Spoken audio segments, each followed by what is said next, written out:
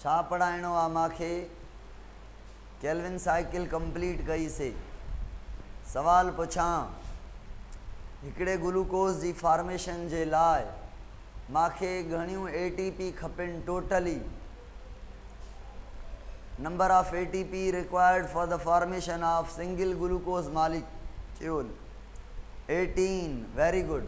अगर मां पुछां ॿियो सवाल, केतिरियूं एटीपी घुर्जनि हिकिड़े ग्लूकोज जे लाइ सिर्फ़ रीजनरेशन फेज़ में, सिर्फ़ रीजनरेशन फेज़ में, ओवरऑल ग्लूकोज जे लाइ पर सिर्फ़ रीजनरेशन फेज़ में 6 बाबा, 6 रीजनरेशन में, 12 रिडक्शन में। कुछ जवाब ग़लति अचनि था, सेट कयो पंहिंजा कॉन्सेप्ट। अगर मां ॿियो सवाल पुछां त केतिरियूं एटीपी कंज़्यूम थियनि थियूं, केतिरियूं एटीपी कंज़्यूम थियनि थियूं हिकिड़े ग्लूकोज जी फॉर्मेशन जे लाइ। आवाज़ क्लियर आहे? तव्हां वटि आवाज़ जो मसइलो आहे, सभिनी ॾे आवाज़ सही थो अचे। केतिरियूं एटीपी कंज़्यूम प्रोड्यूस थियनि थियूं केल्विन साइकिल में? केल्विन साइकिल में केतिरियूं एटीपी प्रोड्यूस थियनि थियूं? हाँ, इहो आवाज़, इहो जवाबु नथो अचे। 2। कोई चवे थो 18। छो भला, ख़ैर त आहे? Very good, very good. काई बि एटीपी प्रोड्यूस न थींदी आहे डार्क रिएक्शन में, केल्विन साइकिल में। अञा ख़र्चो थिए थो। रेस्पायरेशन आहे छा एटीपी प्रोड्यूस थींदी? एटीपी प्रोड्यूस थींदी माना फोटोसाइंथिस एक्सोथर्मिक रिएक्शन आहे, एक्सर्गोनिक रिएक्शन आहे, एनर्जी रिलीजिंग रिएक्शन आहे। हाँ, मथो ख़राब थी वियो अथव छा? स्टार्ट कयूं था अॼु हिकिड़ो टॉपिक जंहिंजो नेम आहे सेल्यूलर रेस्पायरेशन।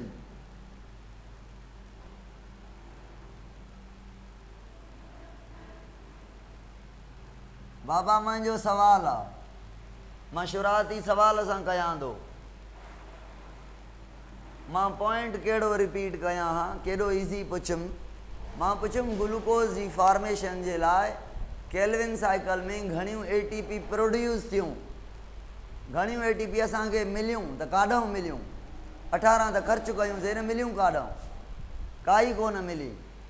हा, सेल्यूलर रेस्पायरेशन माना सेल जे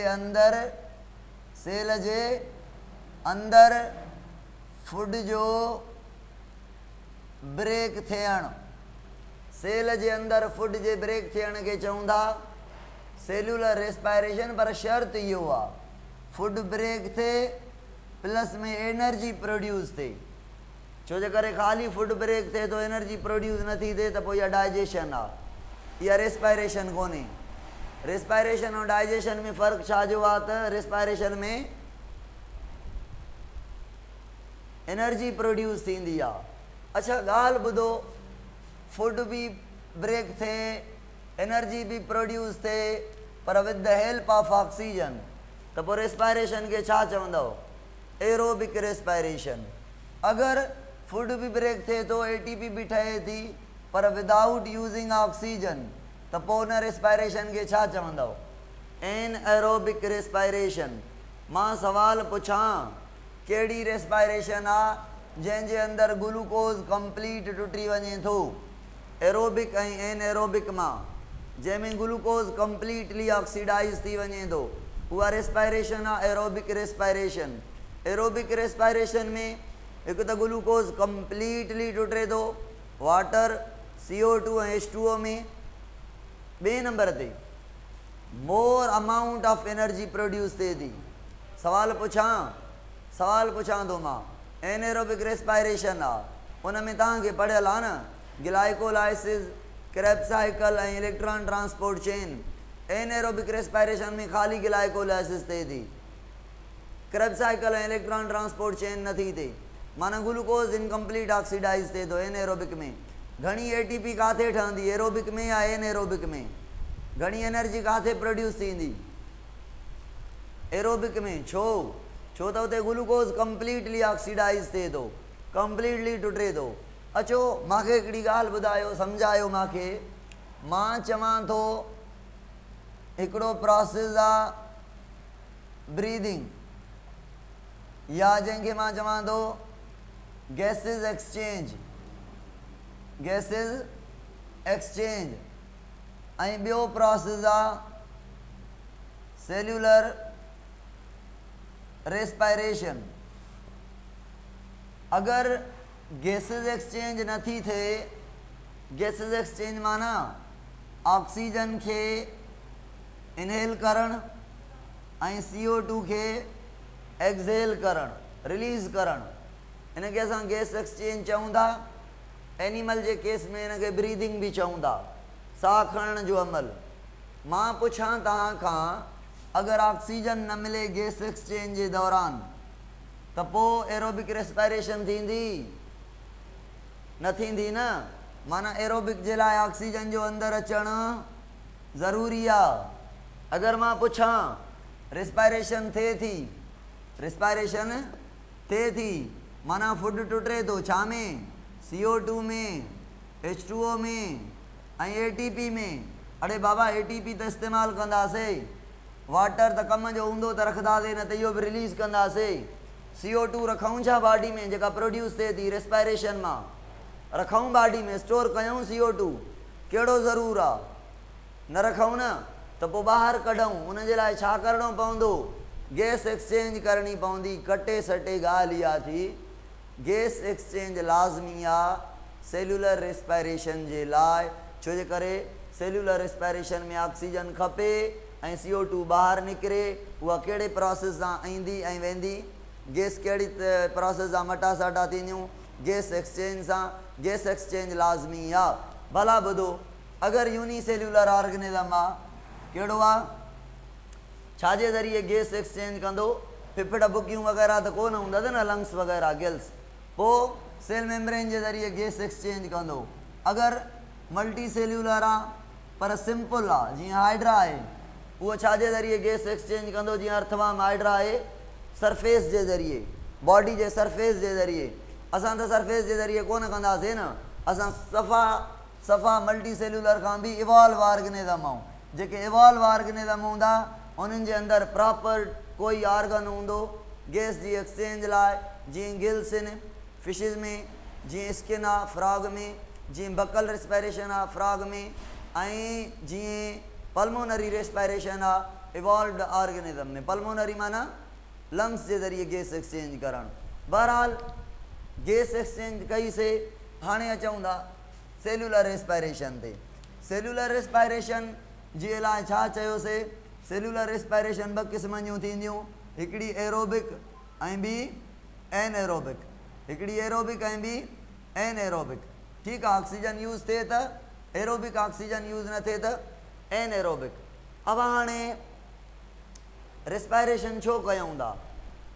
रेस्पायरेशन छो कयूं था ॿुधायो? इन जे करे रेस्पायरेशन कयूं था त एनर्जी मिले थी। एनर्जी खपे, वाइटल एक्टिविटीज़, ॿियूं एक्टिविटीज़ जेके बॉडी में थियनि थियूं, खाइणु पीअणु, उथणु वेहणु, खिलणु ॻाल्हाइणु, निंड करणु, दिमाग़ जो हलणु, फिफड़नि जो हलणु, लंग्स जो कमु करणु, उनखां बाद मसिल जो हलणु ऐं हार्ट जो हलणु, इहे सॼा एनर्जी कंज्यूमिंग रिएक्शन आहिनि, जेके बि मेटाबॉलिक रिएक्शन आहिनि ॿिया बि। ठीकु आहे, त उन्हनि जे लाइ असांखे छा खपे? एनर्जी खपे। इन जे करे रेस्पायरेशन कंदा आहियूं। ओके, रेस्पायरेशन, सेल्यूलर रेस्पायरेशन जा स्टेप्स आहिनि कुझु। पहिरियों जेको स्टेप आहे उनखे चवंदा आहियूं ग्लाइकोलाइसिस। ॿियों जेको स्टेप आहे उनखे असां चवंदा आहियूं क्रेब्स साइकिल। टियों जेको स्टेप आहे उनखे असां चवंदा आहियूं electron transport chain. Total step टे आहिनि, glycolysis, Krebs cycle, electron transport chain. Glycolysis ऐं क्रेब्स साइकिल खे लिंक करण जे लाइ हिकिड़ो रिएक्शन हूंदो आहे, उन रिएक्शन खे असां लिंक रिएक्शन चवंदा आहियूं ऐं जनरली इहो काउंट थींदो आहे क्रेब्स साइकिल जो रिएक्शन। त अॼु पाण पढ़ंदासीं ग्लाइकोलाइसिस, टाइम मिलियो त क्रेब्स साइकिल खे पढ़ंदासीं। ठीकु आहे, जे टाइम न मिलियो त ग्लाइकोलाइसिस खे कंप्लीट कंदासीं। बाबा ॿुधो, मां एरोबिक ऐं एनएरोबिक रेस्पायरेशन जो टॉपिक छॾियां थो, छो जे करे बुक वारनि ॾिनो आहे एरोबिक ऐं एनएरोबिक रेस्पायरेशन, एनएरोबिक रेस्पायरेशन छॾियां थो। उहो ॾिनो आहे ग्लाइकोलाइसिस खां पहिरियां। मां इहो ग्लाइकोलाइसिस खां बाद पढ़ाईंदुमि, छो जे करे रेस्पायरेशन एरोबिक आहे या एन एरोबिक आहे इहो डिसाइड थींदो ग्लाइकोलाइसिस खां बाद। ऑक्सीजन मिले थी त बक़ाया रिएक्शन थींदा, ऑक्सीजन नथी मिले त ग्लाइकोलाइसिस खां बाद वारा रिएक्शन न थींदा। माना छा थी, माना इहा थी वई ही ऑक्सीजन जी मौजूदगी हूंदी त हे रिएक्शन थींदा। ठीकु आहे, हाणे कीअं थियनि था, छा थो थिए। ऐं कल ग्लाइकोलाइसिस पढ़ा था सर, ग्लाइकोलाइसिस कल पढ़ी हुई, हे किथे हो, पोइ मां हे पढ़ाईंदो वतां थो सॼो ॿीहर। ग्लाइकोलाइसिस कंप्लीट कई आहे न। हाँ अल्लाह मार बि ॾियांव वरी रोअण बि न ॾियांव। न न न न शुरू कयो अथव त पूरो कोन कंदुमि। कल्ह अलाए कंहिं चयो रिपीट कयो, हे रिपीट थी वियो भुल में मूंखां, मां मिटायां थो, मां वरी स्टार्ट कयां थो क्लास ग्लाइकोलाइसिस खां बाद। हलो इतां ई हलूं था, इतां ई हलूं था, ठीकु आहे। मां काॾे कोन वयुमि। ॾिसो बाबा, ग्लाइकोलाइसिस में छा थियो ॿुधायो त मां अॻिते हलां। अॼु एन एरोबिक खां शुरू कयां थो, गौर सां ॿुधो, ख़ैरु आहे। रिपीट थी वियो, 10 मिंट विया न मुंहिंजा, ख़ैरु आहे। 10 खां घणो कमु लही वियो आहे, पर हाणे अलाह मालिक आहे। अब ग्लाइकोलाइसिस में छा थियो, ग्लूकोज़ जेको आहे उहो कन्वर्ट थियो आहे छा में, 2 पायरुविक एसिड में, है न। उनखां बाद ग्लूकोज़ मां असांखे ATP बि मिलियूं आहिनि 4, चइनि मां 2 कंज़्यूम कयूंसीं, जेके नेट ATP मिलियूं आहिनि उहे असांखे मिलियूं आहिनि 2 ग्लाइकोलाइसिस मां। ऐं उनखां बाद ग्लाइकोलाइसिस मां असांखे NADH मिलियूं आहिनि, उहे बि घणियूं 2। त ग्लाइकोलाइसिस जा जेके नेट प्रोडक्ट आहिनि उहे हिकु आहे NADH2 मिलिया आहिनि 2, उनखां बाद ATP मिलिया आहिनि घणा 2। ठीकु आहे, इहे असांजा नेट प्रोडक्ट आहिनि। हाणे ॿुधो गौर सां, मां चवां थो त सवाल पुछां थो तव्हां खां, उहो कहिड़ो फेज़ आहे जंहिंखे पे ऑफ फेज़ चऊं था। पे ऑफ पैसा ॾियो माना, हा कहिड़ो चऊं था, सेकंड फेज़, है न। ऐं उहो कहिड़ो फेज़ आहे जंहिंखे ऑक्सीडेशन फेज़ चऊं था। ऑक्सीडेशन कंहिंखे चऊं था, सेकंड फेज़ खे चऊं था। फर्स्ट खे केरु थो चवे, ऑनलाइन मार खाईंदव। ऑक्सीडेशन फर्स्ट में थिए पई, सेकंड में थिए पई। NADH कंहिं में ठहे पई, सेकंड में ठहे पई न। ऑक्सीडेशन एनर्जी यील्डिंग फेज़ बि सेकंड खे चऊं पिया। ऑक्सीडेशन, एनर्जी यील्डिंग ऐं पे ऑफ फेज़ असां चऊं था सेकंड फेज़ खे। फर्स्ट फेज़ खे चवंदा आहियूं एनर्जी कंज्यूमिंग या प्रिपरेटरी फेज़। ओके अचो बाबा, हाणे असां वटि हिते पियो आहे छा, असां वटि हिते पियो आहे पायरुविक एसिड। ठीकु आहे, पायरुविक एसिड। पायरुविक एसिड खे थोरो चेट त हेॾे होॾे कजो, मां नज़रंदो आहे त वरी सेटिंग रहंदी आहे। पायरुविक एसिड खे मां कन्वर्ट करणु चाहियां थो 2 ॻाल्हियुनि में। ऑक्सीजन नाहे त एनएरोबिक रेस्पायरेशन, अगर ऑक्सीजन आहे त पोइ एरोबिक रेस्पायरेशन। ठीक है, ओके। अब ऑक्सीजन कोने, ऑक्सीजन कोने त एनएरोबिक रेस्पायरेशन थींदी। एनएरोबिक जा 2 क़िस्म आहिनि। हरू भरू चेट न कयो, कम जी ॻाल्हि लिखो, गौर सां ख़्यालु कयो। एनएरोबिक खे हिकिड़ी खे चऊं था अल्कोहलिक फर्मेंटेशन। पढ़ाई हुयमि इहा, ॿुधायो। अल्कोहलिक फर्मेंटेशन है ना, ॿुधो। अल्कोहलिक फर्मेंटेशन ऐं ॿियो स्टेप आहे जंहिंखे चऊं था लैक्टिक एसिड फर्मेंटेशन। फर्मेंटेशन लफ्ज़ जी माना है एनएरोबिक रेस्पायरेशन। फर्मेंटेशन जी माना है इनकम्प्लीट ऑक्सीडेशन ऑफ ग्लूकोज, माना ग्लूकोज जो अधु टुटणु, ऐं अधु टुटंदो आहे एनएरोबिक में। मां तव्हां खां पुछां थो, मां वटि आहे पायरुविक एसिड, घणा कार्बन अथसि? 3। पायरुविक एसिड खे मां कन्वर्ट कयां थो छा में? पायरुविक एसिड के कन्वर्ट कयां थो अल्कोहल में, अल्कोहल में, ऐं अल्कोहल में जेके कार्बन आहिनि उहे 2 आहिनि। इन जो मतिलबु छा थियो, हेरी ख़्यालु कयो गौर सां। पायरुविक एसिड मां छा लॉस थींदो, छा लॉस थींदो पायरुविक एसिड मां? Carbon in the form of CO2। जॾहिं कार्बन निकितो अल्कोहल मां त पोइ अल्कोहल पायरुविक एसिड मां त पोइ इन खे चवंदासीं एसिड अल्डिहाइड, एसिड अल्डिहाइड। ऐं उन एसिड अल्डिहाइड में NADH जो हाइड्रोजन ॾींदासीं, कंहिंजो NADH जो हाइड्रोजन ॾींदासीं त उहो एसिड अल्डिहाइड हाइड्रोजन वठी करे कन्वर्ट थी वेंदो अल्कोहल में। फ़र्क़ु छा थियो अल्कोहल ऐं पायरुविक एसिड में? कार्बन डाइऑक्साइड कढी हाइड्रोजन ऐड कईसीं। ठीकु आहे, सवाल मां पुछंदो वञां थो, मां पुछां थो जेको अल्कोहल आहे इहा फर्मेंटेशन, पहिरीं ॻाल्हि त यादि कयो, इहा अल्कोहलिक फर्मेंटेशन थींदी बैक्टीरिया में। बैक्टीरिया जॾहिं एनेरोबिक रेस्पायरेशन कंदी त पायरुविक एसिड मां छा खे ठाहींदी? अल्कोहल ठाहींदी। पर अगरि प्लांट में भी एनेरोबिक थिए थी अल्कोहलिक फर्मेंटेशन थींदी, यीस्ट में अल्कोहलिक फर्मेंटेशन थींदी। पर अगरि एनिमल में ऑक्सीजन न मिले एनिमल के, ह्यूमन के, त पोइ लैक्टिक एसिड फर्मेंटेशन थींदी।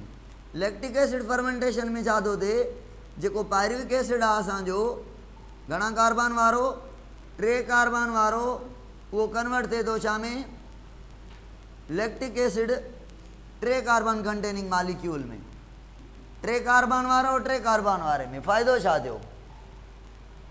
फ़ाइदो इहो आहे,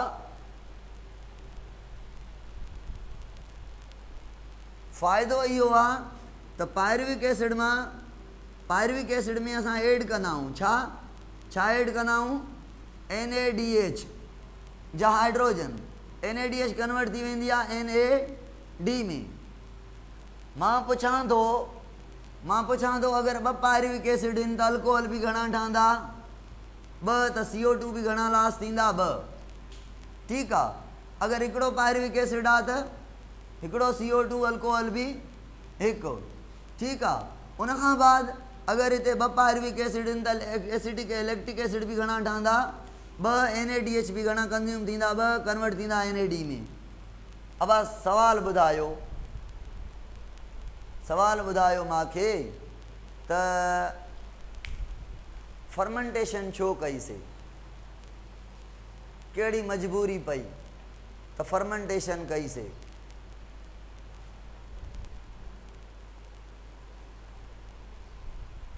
हाइड्रोजन डोनर जेको आहे न, हाइड्रो डोनेशन जेका आहे NADH कई, बाबा इन जे करे फर्मेंटेशन कई आहे त असांखे ऑक्सीजन न पई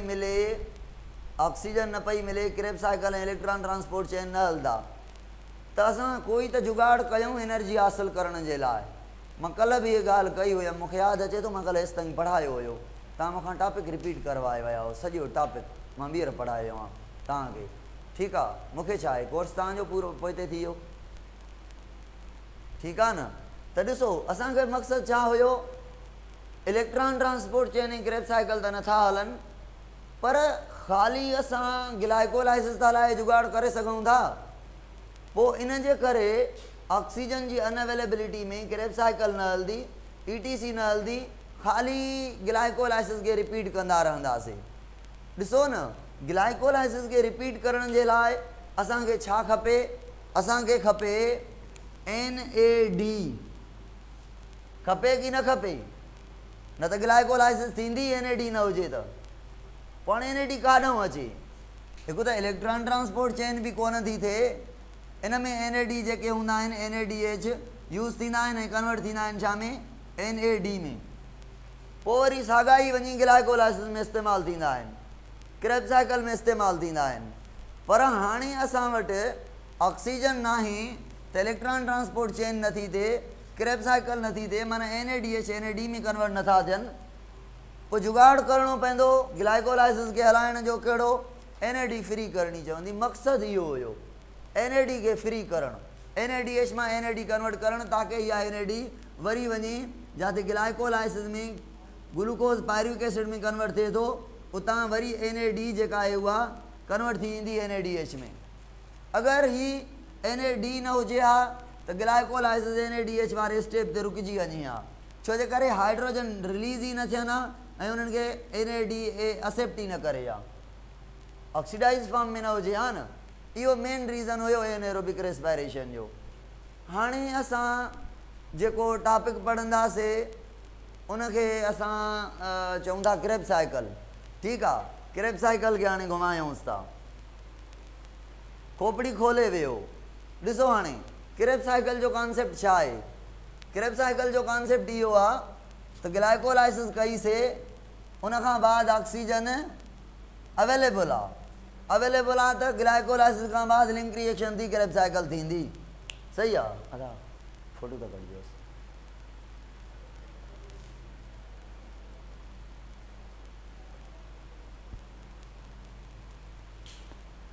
आवाज़ जो ॿार इशू करनि था, चवनि था हिकु ॿ मसइलो नेट जो अथनि, असां वरी तेज़ ॻाल्हायूं था, तकलीफ़ थी अचे।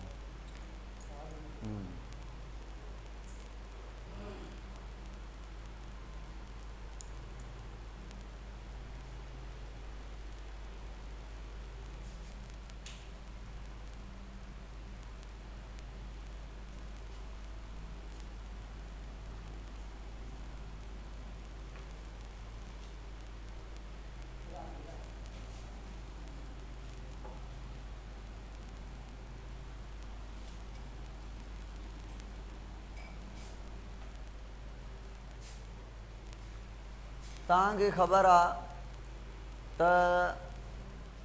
पायरुविक एसिड जेको आहे उहो प्रोड्यूस थियो आहे ग्लूकोज मां। ॿ पायरुविक एसिड ठहिया आहिनि।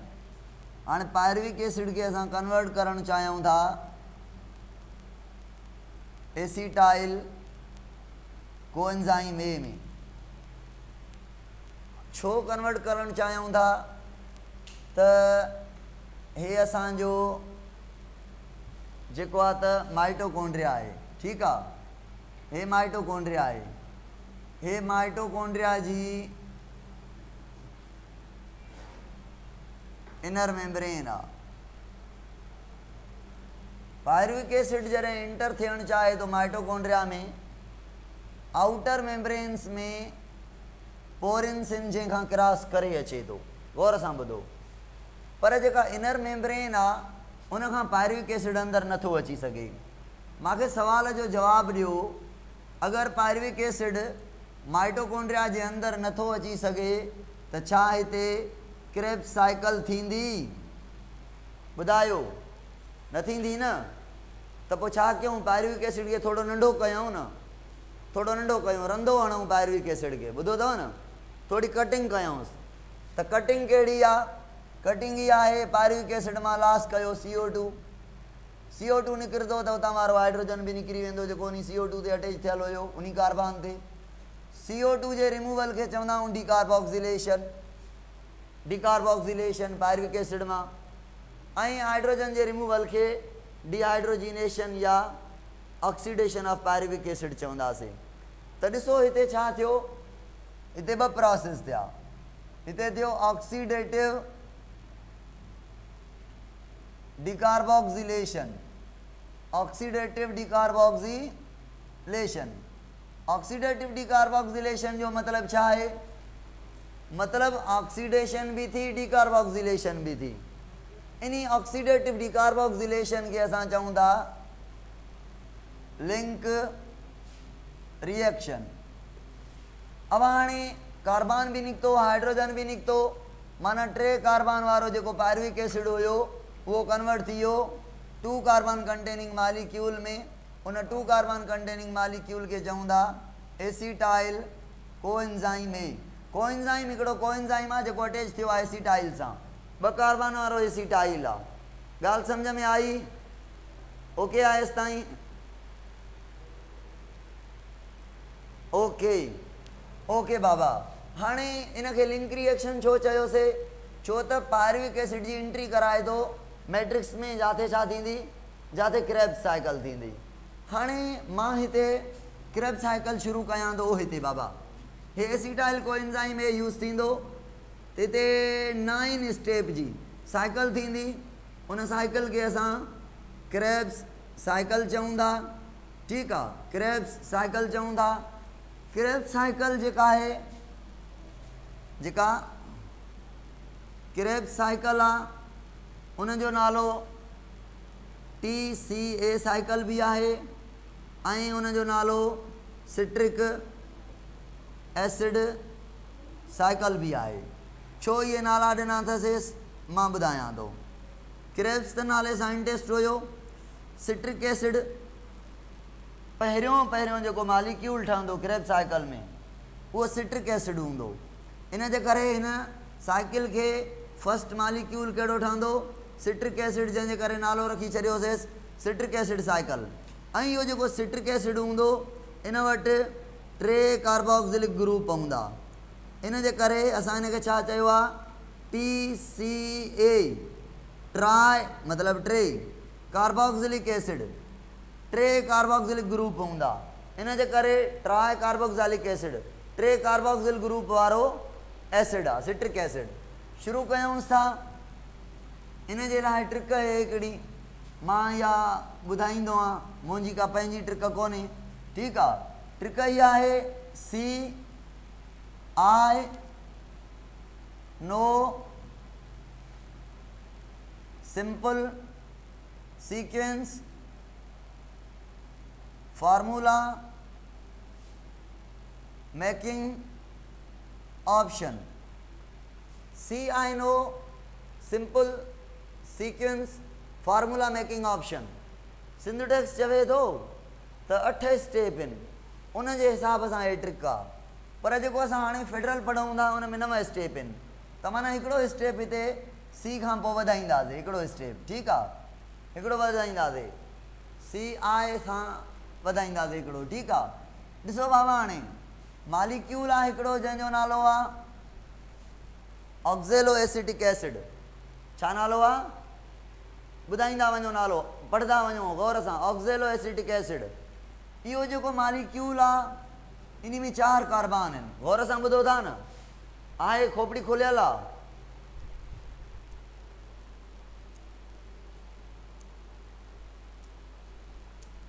ऑक्सीडेटिव फास्फोराइलेशन ऐं सबस्ट्रेट लेवल फास्फोराइलेशन खे छॾे ॾियो। जी मां इलेक्ट्रॉन ट्रांसपोर्ट चेन में ईंदुमि, मां तव्हांखे ऑक्सीडेटिव ऐं सबस्ट्रेट लेवल केमी ऑस्मोसिस मां हर शइ पढ़ायां थो, दिलि जाए कयो, ठीकु आहे। सबस्ट्रेट लेवल फास्फोराइलेशन ग्लाइकोलाइसिस में थींदी आहे, पर मां तव्हांखे सम्झायां थो, छॾे ॾियो तव्हां। ॾिसो बाबा, ऑक्ज़ेलो एसिटिक एसिड जेको आहे उहो 4 कार्बन वारो मालिक्यूल आहे जेको एक्सेप्ट करे थो एसिटाइल कोएंजाइम ए खे। कंहिंखे, acetyl coenzyme, acetyl coenzyme A खे। एसिटाइल कोएंजाइम ए में घणा कार्बन आहिनि, घणा कार्बन आहिनि एसिटाइल कोएंजाइम ए में, 2, ऐं हिन ऑक्ज़ेलो एसिटिक एसिड में 4। अगरि ये ॿई पाण में मिलनि, माना ऑक्ज़ेलो एसिटिक एसिड एक्सेप्ट करे एसिटाइल कोएंजाइम ए खे, 6 कार्बन वारो मालिक्यूल ठहंदो जंहिंजो नालो आहे सिट्रिक एसिड या सिट्रेट। घणा कार्बन अथसि, 6 कार्बन अथसि, ठीकु आहे। इन जे करे साइकिल खे छा चयोसीं, citric acid cycle. First product इहो आहे, फर्स्ट रिएक्शन इहो आहे त सिट्रेट, C मतिलबु सिट्रेट, I सां आइसोसिट्रेट, K सां कीटोग्लूटरिक एसिड, S सां सक्सिनाइल कोएंजाइम ए, पोइ सक्सिनेट, पोइ फ्यूमरेट, मेलेट, ऑक्ज़ेलो एसिटिक एसिड। हिते ॾिसो मां फुल नाला लिखी वञां थो। सिट्रिक एसिड जेको आहे उहो कन्वर्ट थींदो सिस इको नीटेट में। हे स्टेप वाधारो आहे फेडरल में, जेको सिंध में न हुयो। पोइ आहे आइसो सिट्रेट। फ़िलहाल मां साइकिल ठाहियां थो, कुझु बि नथो सम्झायां, पोइ सम्झाइणु शुरू कयां थो। आइसो सिट्रेट कन्वर्ट थींदो अल्फ़ा कीटो ग्लूटरिक एसिड में। अल्फा कीटो ग्लूटरिक एसिड कन्वर्ट थींदो सक्सीनाइल कोएंजाइम ए में, माना कोएंजाइम हिते अटैच थियो। वरी इहो कन्वर्ट थींदो सक्सीनेट में, सक्सीनेट कन्वर्ट थींदो फ्यूमरेट में, फ्यूमरेट कन्वर्ट थींदो मेलेट में, मेलिक एसिड, मेलेट कन्वर्ट थींदो ऑक्जेलो एसिटिक एसिड में। मेलेट जेको आहे उहो कन्वर्ट थींदो, मेलेट कन्वर्ट थींदो ऑक्जेलो एसिटिक एसिड। घणा स्टेप थी विया, पहिरियों सिट्रिक एसिड वारो, ॿियों सिस इकोनिटेट वारो, टियों आइसोसिट्रेट वारो, चौथों अल्फा कीटो ग्लूटरिक एसिड, पंजों सक्सीनाइल कोएंजाइम ए, छहों सक्सीनेट, सतों फ्यूमरेट, अठों मेलेट ऐं नाओं ऑक्जेलो एसिटिक एसिड। पढ़ूं हाणे शुरू कयूं क्रेब साइकिल के। ॾिसो हाणे हिन स्टेप के छॾे करे पोइ ट्रिक बीहे थी। सी सिट्रेट, आई आइसोसिट्रेट, के कीटो ग्लूटरिक एसिड, नो मतलब simple succinyl coenzyme A, sequence succinate, formula fumarate, making malate, option oxaloacetate या ऑक्जेलो एसिटिक एसिड। अच्छा हाणे ॾिसो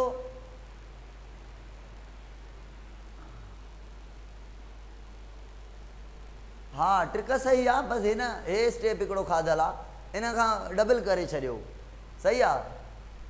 अदा हाणे ॾिसो गौर सां सिट्रेट कीअं ठहियो सम्झोसीं। एसिटाइल कोएंजाइम ए ऐं ऑक्जेलो एसिटिक एसिड पाण में फ्यूज़ थिया आहिनि त सिट्रेट ठहियो आहे। सिट्रेट मां जॾहिं वाटर निकिरंदो, डिहाइड्रेशन थींदी, त पोइ जेको मालिक्यूल ठहंदो छह कार्बन वारो उन खे सिस इकोनीटेट चवंदासीं। ऐं सिस इकोनीटेट इन खे ठाहिण वारो जेको एंजाइम आहे उन जो नालो आहे सिस इकोनीटेज़। एंजाइम भले यादि न कयो तव्हां, कोन पुछा वेंदा, स्टेप बि मुंहिंजे ख़्याल में त कोन पुछा वेंदा, पढ़ाए करे मां तव्हांखे ॿुधायां थो त कहिड़ियूं कहिड़ियूं शयूं यादि करणियूं आहिनि, ठीकु आहे। ओके ॾिसो बाबा, सिट्रिक एसिड मां वाटर कढियोसीं त कन्वर्ट थी वियो छा में, सिस इकोनीटेट में। इहो साॻियो वाटर थोरी देरि खां बाद ॿीहर एड थींदो, एड थिए थो त वरी ठहिजी वञे थो आइसोसिट्रेट। मूंखे इहो सुवालु इहो आहे, आइसोसिट्रेट ऐं सिट्रेट में फ़र्क़ु छा थियो? वाटर निकितो, वाटर एड थियो, फ़र्क़ु छा थियो? फ़र्क़ु इहो थियो, मिसाल जी ॻाल्हि आहे, हे वाटर हिकिड़े कार्बन तां निकितो आहे त एड वरी ॿिए कार्बन ते थियो आहे, माना पोज़ीशन OH ऐं H जी चेंज थी आहे। इन जे करे सिट्रेट ऐं आइसोसिट्रेट जो केमिकल फार्मूला सेम थींदो, पर जेका केमिकल कॉन्फ़िगरेशन आहे उहा चेंज आहे। आइसोमर इन हिक ॿिए जा, सिट्रेट ऐं आइसोसिट्रेट विच में सिस इकोनीटेट भला आइसोमर थींदो न? कमेंट में ॿुधायो, सिस इकोनीटेट आइसोमर थींदो? वो छोकिरो वो छोकिरियूं ॿुधायो बाबा।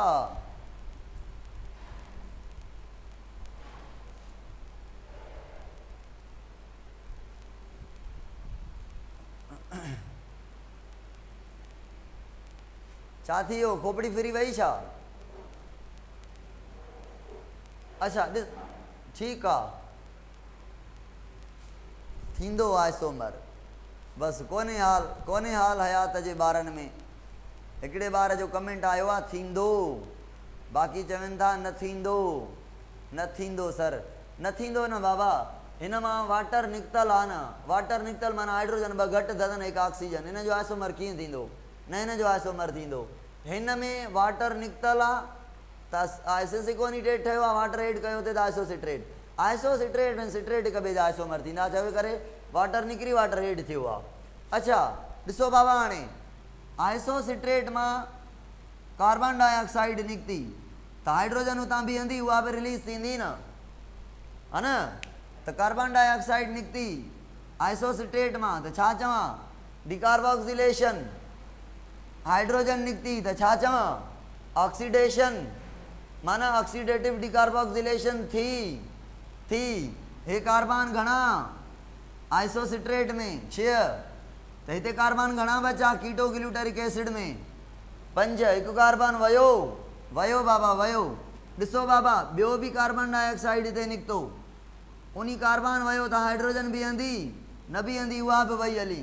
अच्छा जेका हाइड्रोजन रिलीज़ थिए थी इहा हाइड्रोजन केरु एक्सेप्ट करे थो, डिहाइड्रोजिनेज एंजाइम सां हूंदो आहे, को एंजाइम NAD जेको कन्वर्ट थी वेंदो थिए थो NADH में, हिते बि छा ठहंदी NADH।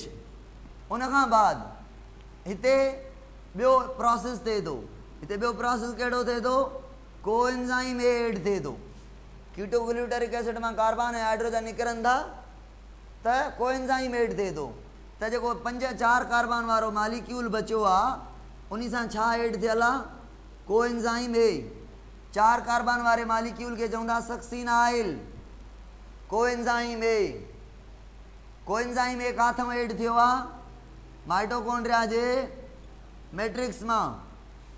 उन खां बाद सक्सीनाइल, सक्सीनाइल जेको आहे मां हेॾे लिखांसि थो, 4 कार्बन 10 प्लस में को ए आहे, ठीकु आहे। सक्सीनाइल ते इम्पॉर्टेंट इवेंट थींदो आहे, पहिरीं ॻाल्हि त को एंजाइम ए रिलीज़ थींदो आहे, उन खां बाद फॉस्फेट रिलीज़ थींदो आहे जेको एक्सेप्ट कंदी आहे GDP जो फुल फॉर्म छा आहे, गुआनिन डाइफॉस्फेट खे फॉस्फेट मिले त छा में कन्वर्ट थी वेंदी GTP। फॉस्फेट काॾों मिलियो, एनर्जी सां फुल मिलियो। GTP जेका आहे GTP इस्तेमालु करे सघूं था केमिकल रिएक्शन में, या ATP ज़रूरी आहे, ATP ज़रूरी आहे न, त GTP खे छा में कन्वर्ट कयूं ATP में। छा खे फॉस्फेट ॾियणो पवंदो, क़ुर्बानी ॾियणी पवंदी कंहिंखे, ADP खे ॾियणो पवंदो फॉस्फेट, त GDP पंहिंजो फॉस्फेट कंहिंखे ॾिनो ADP खे, ऐं छा में कन्वर्ट थी वई GTP कन्वर्ट थी वई GDP में, कंहिंखे ॾेई वई फॉस्फेट ADP खे, त ADP छा में कन्वर्ट थी वई ATP में। ॿुधो हाणे गौर सां, ॿुधो गौर सां, दिमाग़ खोलियो, हे ग्लूकोज आहे या कोई बि ऑर्गेनिक मालिक्यूल आहे, माना सबस्ट्रेट आहे। अगरि सबस्ट्रेट ते डायरेक्ट ATP ठहे, सबस्ट्रेट मां फॉस्फेट निकिरे, हे ADP आहे, हे सबस्ट्रेट आहे ग्लूकोज मां डायरेक्ट फॉस्फेट निकिरी ADP सां मर्ज थिए ATP ठहिजी वई, माना एनर्जी कंहिं मां लॉस थी, सबस्ट्रेट मां फॉस्फेट डायरेक्ट ATP ठाही, त इहा आहे सबस्ट्रेट लेवल फॉस्फोराइलेशन, जेका ग्लाइकोलाइसिस में बि थी, जेका हे बि थी आहे। पर अॻियां हलंदासीं न, ग्लूकोज मां हेॾे ॾिसो, हे हाइड्रोजन निकिता आहिनि NADH वटि जेके आहिनि पोइ वारा, अहिड़ा हेॾे बि निकिता हुया हाइड्रोजन, हिते बि NADH ठही आहे, हिते बि NADH ठही आहे न, पायरुविक एसिड जी डिकार्बोक्सिलेशन, ऑक्सीडेटिव डिकार्बोक्सिलेशन में इहे हाइड्रोजन खणी वञिबा इलेक्ट्रॉन ट्रांसपोर्ट चेन ते, उते इहे जेके इलेक्ट्रॉन आहिनि, अच्छा इलेक्ट्रॉन जॾहिं निकिता आहिनि हे वारा, त छा चयो आहे ऑक्सीडेशन। इलेक्ट्रॉन जॾहिं निकिता आहिनि हाइड्रोजन जंहिंखे इलेक्ट्रॉन प्रोटॉन आहिनि त ऑक्सीडेशन चऊं था, इहे वञी करे इलेक्ट्रॉन ट्रांसपोर्ट चेन ते ATP ठाहींदा, पोइ उन खे छा चवंदासीं ऑक्सीडेटिव फॉस्फोराइलेशन। त फॉस्फोराइलेशन जा टाइप हूंदा आहिनि 2, हिकिड़ो टाइप आहे केमियोस्मोसिस ऐं ॿियो टाइप आहे सबस्ट्रेट लेवल फॉस्फोराइलेशन। केमियोस्मोसिस माना फोटोसाइंथेसिस में पढ़ी आयासीं, प्रोटॉन ऐं इलेक्ट्रॉन जे करे जेका ATP ठहे पई उहा केमियोस्मोसिस आहे, माना ऑक्सीडेशन ऐं रिडक्शन वारी, ठीकु आहे। त केमियोस्मोसिस जा 2 टाइप आहिनि, हिकिड़ी आहे फोटोफॉस्फोराइलेशन जेका केमियोस्मोसिस प्लांट में थिए थी, ऐं ॿी आहे ऑक्सीडेटिव फॉस्फोराइलेशन जेका असां इलेक्ट्रॉन ट्रांसपोर्ट चेन में रेस्पायरेशन में पढ़ंदासीं, ठीकु आहे।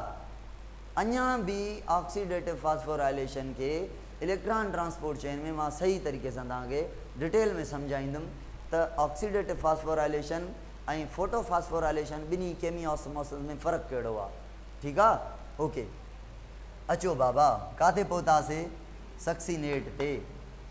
जीअं ग्लाइकोलाइसिस में पढ़ियो होसीं, reaction number 1, reaction number 3, reaction number 10, ये इरिवर्सिबल रिएक्शन आहिनि। बुक में ॾिसंदव न 2 ऐं 3 रिएक्शन जे विच में जेको एरो ॾिनल हूंदो 2 ऐं 3 में उहो हीअं हूंदो, हीअं बि त हीअं बि, माना 2 3 में कन्वर्ट थियो आहे त 3 मोटी 2 में बि कन्वर्ट थी सघे थो, माना ये रिवर्सिबल रिएक्शन आहिनि एक्सेप्ट 1, 3 एंड 10। ग्लाइकोलाइसिस जा सॼा रिएक्शन रिवर्सिबल आहिनि, इहे 3 इरिवर्सिबल आहिनि। ठीकु आहे, त हिते बि एक्सेप्शन आहे। क्रेब्स साइकिल जेका आहे सॼी माइटोकॉन्ड्रिया जे काथे थींदी आहे, मैट्रिक्स में थींदी आहे, पर जेको सक्सीनेट डिहाइड्रोजीनेज़ माना सक्सीनेट मां हाइड्रोजन खे कढो, इहो जेको रिएक्शन थींदो आहे न, इहो काथे थींदो आहे? सक्सीनेट डिहाइड्रोजीनेज़ वारो रिएक्शन माइटोकॉन्ड्रिया जी इनर मेम्ब्रेन ते थींदो आहे, जीअं इलेक्ट्रॉन ट्रांसपोर्ट चेन थींदी आहे।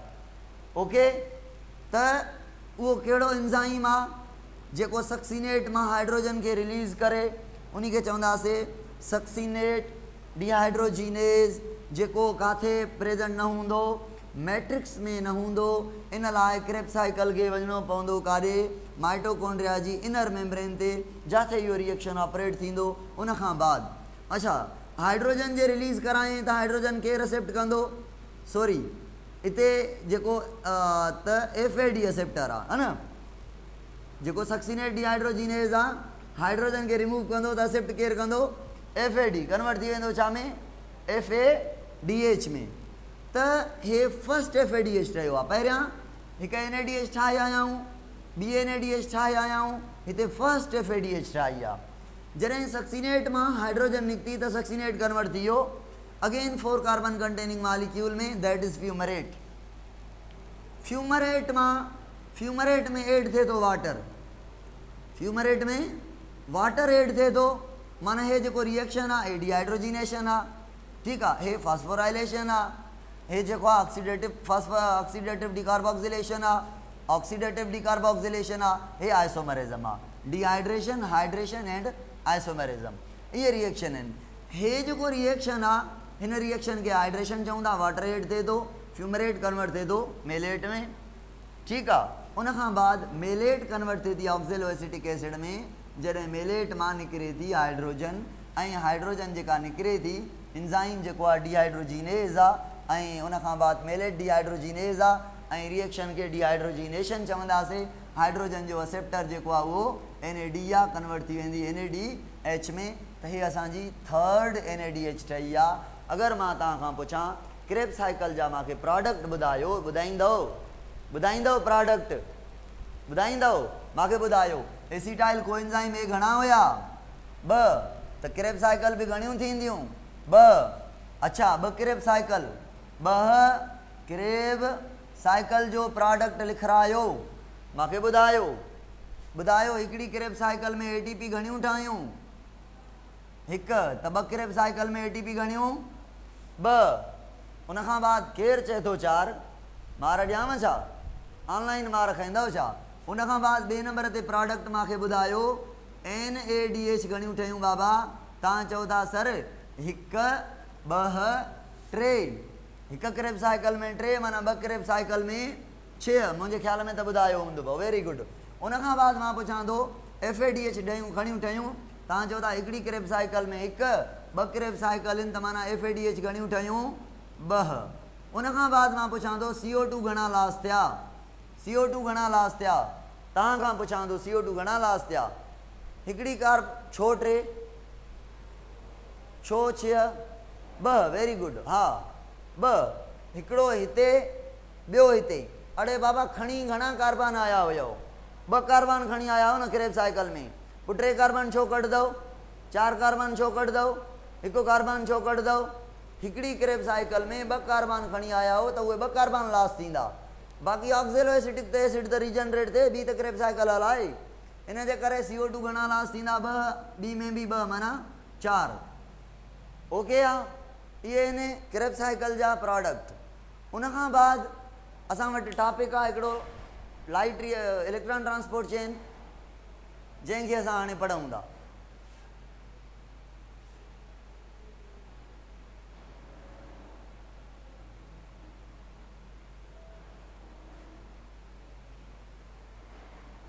असाइनमेंट बाबा, असाइनमेंट तव्हांजी इहा आहे, जेको इनपुट आहे हिकिड़ी क्रेब साइकिल जो या इनपुट आहे 2 क्रेब साइकिल जो, इहो मूंखे ॿुधाईंदव तव्हां। हिकिड़ी क्रेब साइकिल जो इनपुट छा आहे? 2 क्रेब साइकिल जो इनपुट छा आहे? माना कहिड़ियूं कहिड़ियूं शयूं खपनि क्रेब साइकिल खे हलाइण जे लाइ? जीअं प्रोडक्ट ॿुधाइनि, तव्हां रिएक्टेंट ॿुधाईंदव। हाणे न ॿुधाइजो, बाद में ॿुधाए छॾिजो।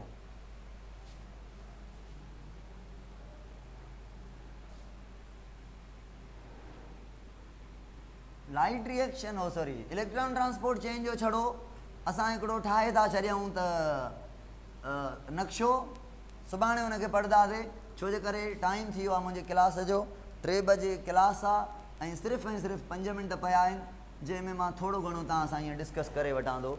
इलेक्ट्रॉन ट्रांसपोर्ट चेन सर माइक छा नेम ट्राई कार्बोक्साइलिक आपो, हा TCA जेको आहे न सिट्रिक एसिड, उन में 3 COOH ग्रुप हूंदा आहिनि, कार्बोक्सिलिक ग्रुप हूंदा आहिनि, उनजे करे इन खे सिट्रिक एसिड साइकिल या TCA ट्राई कार्बोक्साइलिक एसिड बि चवंदा आहियूं क्रेब्स साइकिल खे, ऐं क्रेब्स बि चवंदा आहियूं। सर हेंस क्रेब्स नाले साइंटिस्ट हुयो जंहिं हिन खे डिस्कवर कयो। 3 COOH हूंदा, हा बिल्कुलु बिल्कुलु। ॾिसो बाबा,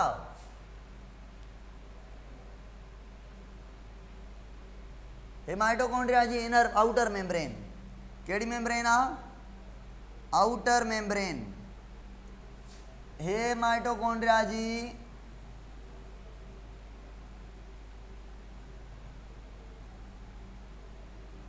इनर मेम्ब्रेन, ठीकु आहे। इनर मेम्ब्रेन जेका आहे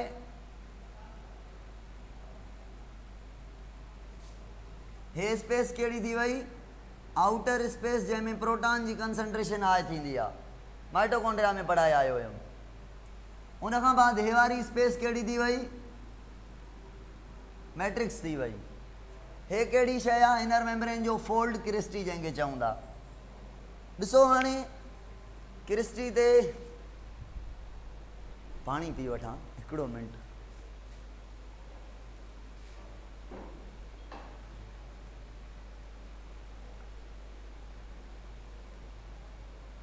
हाइड्रोजन वरितई तॾहिं FADH2 में कन्वर्ट थिए थो न बाबा। हाइड्रोजन जे मेलेट ॾिनियुसि, मेलेट मां हाइड्रोजन रिलीज़ थियूं न, एंजाइम आयो मेलेट डिहाइड्रोजिनेज़, जेको मेलेट खां हाइड्रोजन खसे वियो त उन FAD खे ॾिनई, जेको गॾु हुयुसि को एंजाइम।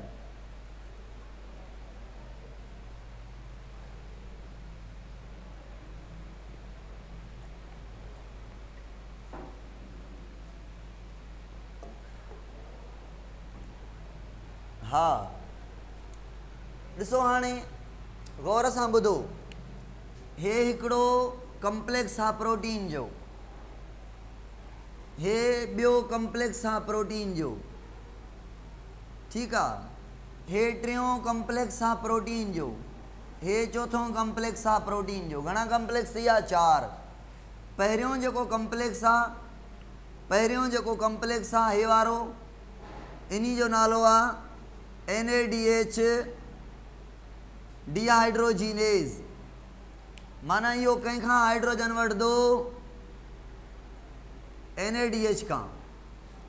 ॿियों जेको कम्प्लेक्स आहे उन जो नालो आहे, हे वारो जेको ॿियों कम्प्लेक्स आहे, हे टियों कम्प्लेक्स आहे, हे चौथों प्रोटीन इन इहे। ॿियों जेको कम्प्लेक्स आहे उन जो नालो आहे FADH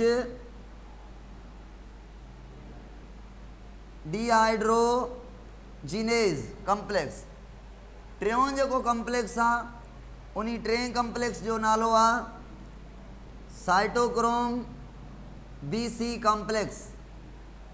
चौथों जेको कम्प्लेक्स आहे उन जो नालो आहे साइटोक्रोम A3 कम्प्लेक्स या साइटोक्रोम ऑक्सीडेज कम्प्लेक्स। घणा टोटल कम्प्लेक्स थी विया? घणा थी विया? 4। काथे प्रेजेंट आहिनि? माइटोकॉन्ड्रिया जे इनर मेम्ब्रेन क्रिस्टी ते।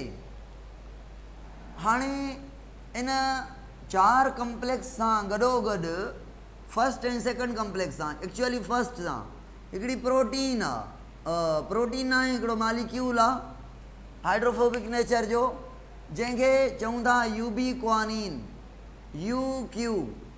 यूबीक्वानिन।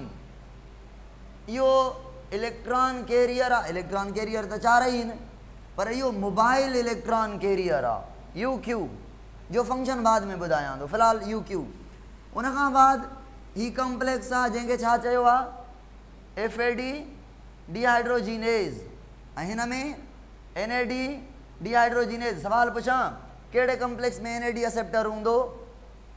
NAD एक्सेप्टर कहिड़े कम्प्लेक्स में हूंदो? 1 2 3 4 में। FAD एक्सेप्टर कंहिं में हूंदो?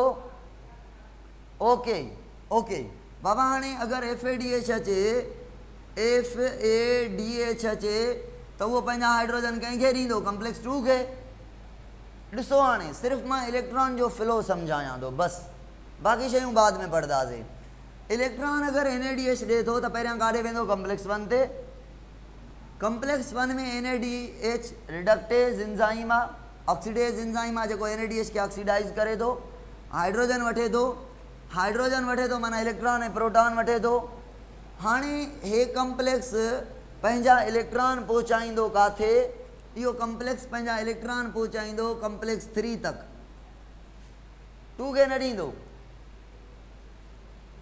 त अहिड़ो को कैरियर हुजे जेको 1 खां 3 ताईं पहुचाए, मोबाइल कैरियर हुजे, ऐं उहो मोबाइल कैरियर केरु हूंदो बाबा? केरु हूंदो मोबाइल कैरियर? जेको 1 खां 3 ताईं इलेक्ट्रॉन पुॼाईंदो, हाइड्रोजन पुॼाईंदो। UQ UB quinone mobile electron carrier, very good आहे। UQ माना हे इलेक्ट्रॉन हितां खां हेसि ताईं पुॼाया। पर अगरि अच्छा NADH जा इलेक्ट्रॉन काथे पहुता? 3 वटि। अगरि NADH न आहे, FADH आहे, त FADH पंहिंजा इलेक्ट्रॉन कंहिंखे ॾींदो? कम्प्लेक्स 2 खे। वरी इहो जेको UQ आहे, जेको UQ आहे हिन खां बि इलेक्ट्रॉन वठी करे पुॼाईंदो कंहिं वटि? कम्प्लेक्स 3 खे। माना टपाली केरु थी वियो? 1st ऐं 2nd कम्प्लेक्स जो जेको टपाली आहे, 1st जो बि 2nd जो बि। 1st खां वठी के बि 3rd खे ॾिए थो, 2nd खां वठी बि 3rd खे ॾिए थो। UQ mobile electron career. अच्छा 3rd वटि जे इलेक्ट्रॉन पहुचनि था, 3rd चवे थो मूंखे प्रोटॉन न खपनि। 3rd छा चए थो? हाइड्रोजन न ॾियो, माना इलेक्ट्रॉन प्रोटॉन ॿई न ॾियो, मूंखे इलेक्ट्रॉन ॾियो। मां साइटोक्रोम आहे, मां वटि फेरस आहिनि, उन्हनि खे फेरिक में कन्वर्ट करिणो आहे, फेरिक खे फेरस में कन्वर्ट करिणो आहे, त मूंखे ख़ाली छा खपे? इलेक्ट्रॉन खपे। त जेको प्रोटॉन हूंदो, कहिड़ो प्रोटॉन बाबा? NADH वारो या FADH वारो? हिन में इलेक्ट्रॉन प्रोटॉन ॿई आहिनि न, H आयन्स बि आहिनि, इलेक्ट्रॉन बि आहिनि। H आयन्स बि आहिनि त इलेक्ट्रॉन बि आहिनि। त साइटोक्रोम अथव तो इलेक्ट्रॉन, प्रोटॉन ग़रीब काॾे वञे? काॾे वञे प्रोटॉन? त पोइ प्रोटॉन खे तव्हां 3 कम्प्लेक्स खां पहिरियां ॿाहिरि कढियो थो वञे। काॾे ॿाहिरि वियो इहो ॿुधायो त? कहिड़ी स्पेस में वियो इहो प्रोटॉन? ओ हिन आउटर स्पेस में वियो, हलियो आउटर स्पेस में वियो। हाणे इहो प्रोटॉन ॾिसो वियो न, उहे प्रोटॉन जो ग्रेडियंट वधंदो वञे थो। सही आहे, प्रोटॉन जो ग्रेडियंट वधंदो वञे थो। उनखां बाद ॾिसो जॾहिं 3rd to 4th complex electron वञनि था, पोइ बि जेको 4th कम्प्लेक्स आहे उहो बि अंदरां वारा जेके प्रोटॉन आहिनि उहो ॿाहिरि पंप करे थो। 3 जॻहनि तां प्रोटॉन खे पंप कयो वेंदो आहे। घणनि जॻहनि तां? 3 जॻहनि तां। कहिड़ियुनि जॻहनि तां? कम्प्लेक्स 1 तां, ठीकु आहे, कंहिं तां? कम्प्लेक्स 1 तां ऐं कम्प्लेक्स 3 तां ऐं कम्प्लेक्स कहिड़ो प्रोटॉन खे पंप नथो करे? कम्प्लेक्स 2 नथो करे। सवाल पुछांव थो मां, पुछां न सवाल, मां चवां थो 3 जॻहनि तां प्रोटॉन पंप थियनि था, पर अगरि FADH जा इलेक्ट्रॉन अचनि त घणनि जॻहनि तां प्रोटॉन पंप थींदा? घणनि जॻहनि तां प्रोटॉन पंप थींदा? सिर्फ़ु 2 जॻहनि तां, कम्प्लेक्स 3 तां ऐं कम्प्लेक्स 4 तां। 1 इन्वॉल्व, 1 पंप में इन्वॉल्व न हूंदो, छो जे करे FADH जा इलेक्ट्रॉन 1 वटि अचनि ई कोन था। पर अगरि NADH जी ॻाल्हि कयूं त NADH जेको प्रोटॉन खे पंप कराए थो त उहो घणनि जॻहनि तां पंप थींदा? 3 जॻहनि तां पंप थींदा। कम्प्लेक्स 1 ते, कम्प्लेक्स 2 ते, सॉरी कम्प्लेक्स 1 ते, कम्प्लेक्स 3 ते ऐं कम्प्लेक्स 4 ते, हा न? तव्हां पढ़ियो आहे त NADH 3 ATP ॾींदो आहे ऐं FADH जेको आहे उहो 2 ATP ॾींदो आहे। बाबा इहो त रीज़न आहे, NADH ऐं FADH में हाइड्रोजन इलेक्ट्रॉन त साॻा आहिनि, पर एनर्जी घटि थो ॾिए, उहो एनर्जी वधीक थो ॾिए। छो? इन जे करे त FADH घुमे ई प्रोटॉन ही 2 जगहनि तां पंप कराए थो ऐं NADH 3 जगहनि तां पंप कराए थो त NADH जेको आहे 3 ATP ठाहींदो, FADH जेको आहे हली करे 3 ATP ठाहींदो। काथे ATP ठहंदी ओ हेॾे बाबा ॾिसो ओ हिते पंप लॻल आहे जेको मां तव्हांखे सुबुह पढ़ाईंदुमि। हाणे टाइम बिल्कुलु ओवर थी वियो आहे, ठीकु आहे। हिते पंप लॻल आहे, इहो पंप खे चवंदा छा? Proton pump. छा चवंदा? छा चवंदा? कमेंट में लिखंदा हलो, प्रोटॉन पंप। प्रोटॉन पंप जो हे जेको पोर्शन आहे इन खे चवंदा F1, हे जेको पोर्शन आहे इन खे चवंदा F0। छा? F1 F0, सही आहे। ऐं इन जेको प्रोटॉन पंप आहे जंहिंखे F1 F0 चवंदा, इन जो ॿियो नालो आहे कहिड़ो? इन जो ॿियो नालो आहे एटीपेज कॉम्प्लेक्स। माना इन ते एंजाइम हूंदो कहिड़ो? ATP synthetase. जॾहिं तव्हां प्रोटॉन वधी वेंदा काथे यादि कथव? क्लोरोप्लास्ट में पढ़ियोसीं त क्लोरोप्लास्ट जे ल्यूमिन में, थैलेकॉइड जे ल्यूमिन में प्रोटॉन वधनि पिया। हिते प्रोटॉन जी कंसंट्रेशन काथे वधंदी? हिते प्रोटॉन जी कंसंट्रेशन मैट्रिक्स में वधंदी या आउटर स्पेस में वधंदी?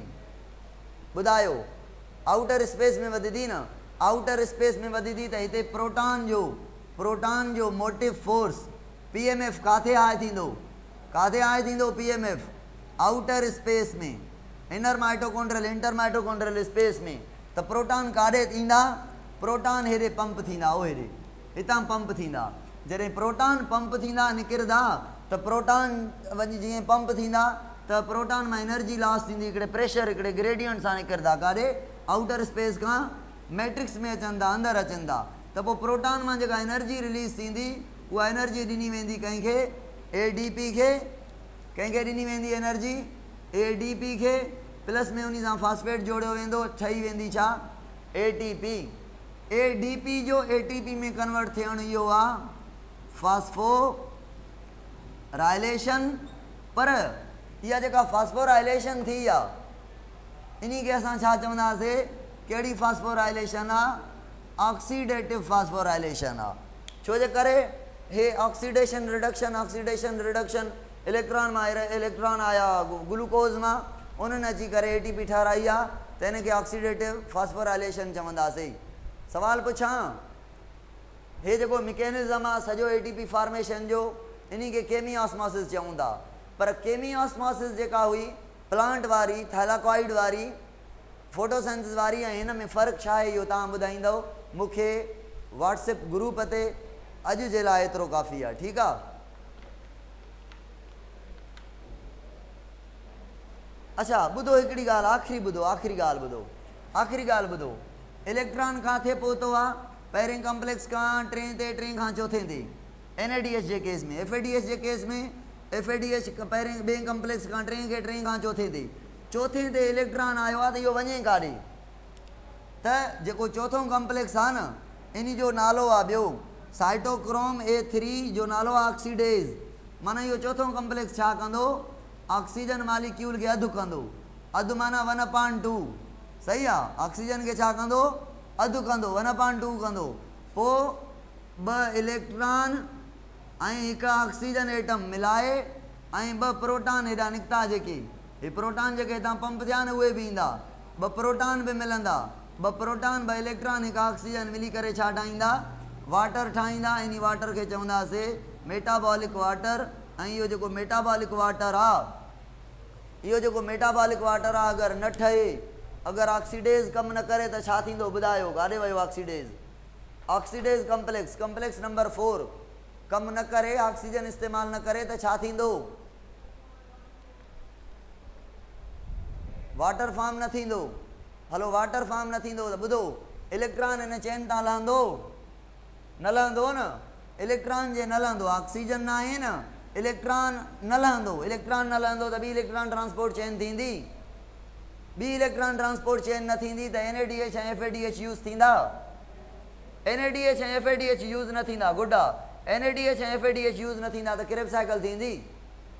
लिंक रिएक्शन थींदो? न थींदा। छो? त उन्हनि खे NAD खपे। हिते NAD इस्तेमालु ई कोन थी थिए। FAD उन्हनि खे खपे, FADH हिते इस्तेमालु ई कोन थी थिए। हितां इस्तेमालु थिए, ख़ाली थिए त होॾे वञे न रिएक्शन जे लाइ। कुछ ॻाल्हियूं अञा भी डिस्कस कंदासीं। टॉपिक मां कंप्लीट कयो आहे, सुभाणे इंशाल्लाह पढ़ंदासीं। टाइम मुंहिंजो पूरा 10 मिंट क्लास खां वधी वियो आहे ऐं अचे थो सर। ठीकु आहे, ओके आहे।